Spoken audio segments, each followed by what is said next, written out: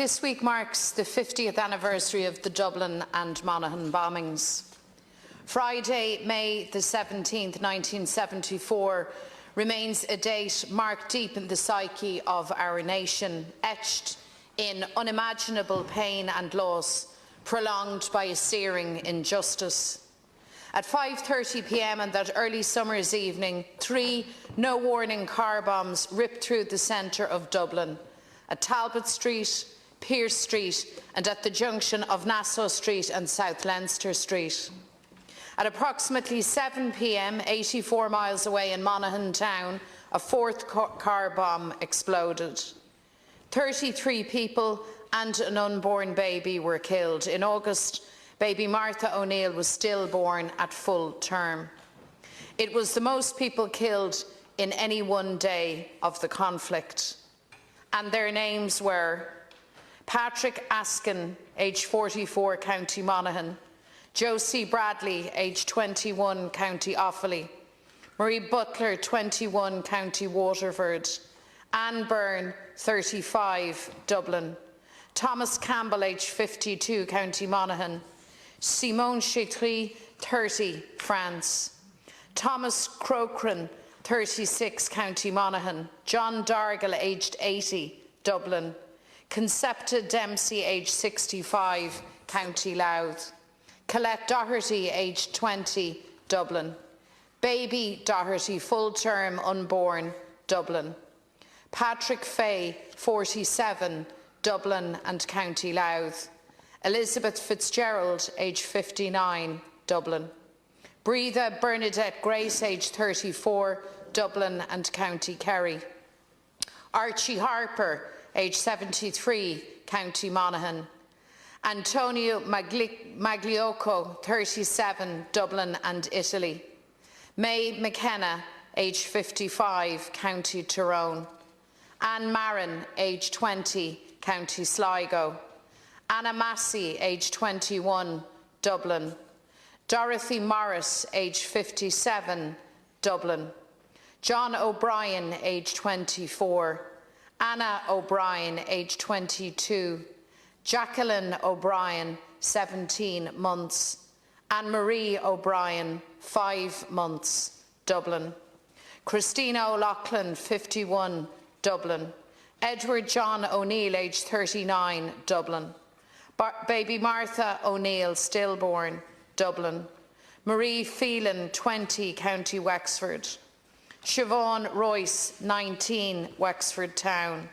Maureen Shields, 46, Dublin; Jack Travers, aged 28, Monaghan Town; Breatha Turner, 21, County Tipperary; John Walsh, aged 27, Dublin; Peggy White, 44, Monaghan Town; and George Williamson, aged 72, County Monaghan.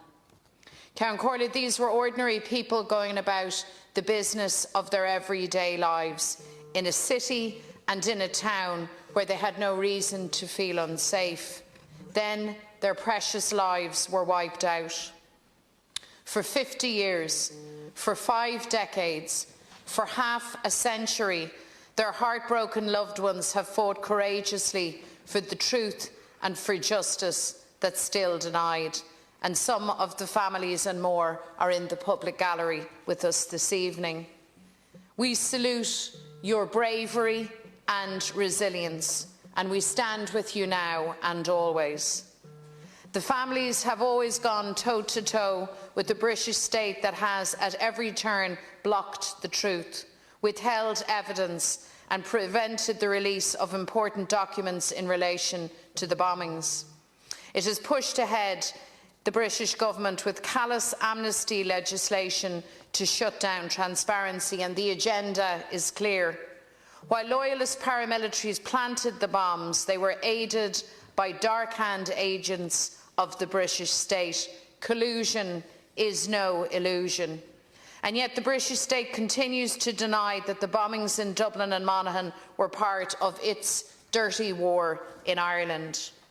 These inspirational families have also been profoundly failed by this state. The initial Garda investigation was so limited in remit as to render it useless from the get-go.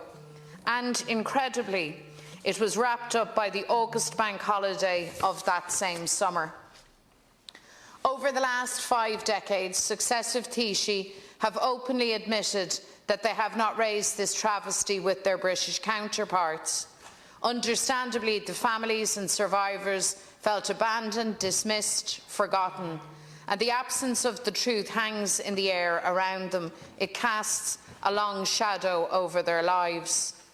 Bernie McNally, who survived the blast on Talbot Street, said, "To deny people the truth is just so wrong, and it will never go away until it's righted. It will always be there. It will always be hanging over us all." This is the weight that the families and survivors carry around with them. The injustice and the contempt that they've faced for 50 years is woven through the fabric of their everyday lives. So it's now time to do right by the families and survivors. The British state must now provide all relevant information, evidence and documentation it holds in relation to the Dublin and Monaghan bombings. The Irish Government must insist and press upon the British Government that this happens without any further delay. Count Corda, 50 years is a lifetime. Family members of those who died have passed away without ever knowing the truth. Other families have been born, have grown up with this injustice hardwired into their lives. So now is the time for the light of truth. Now is the time for justice for the forgotten.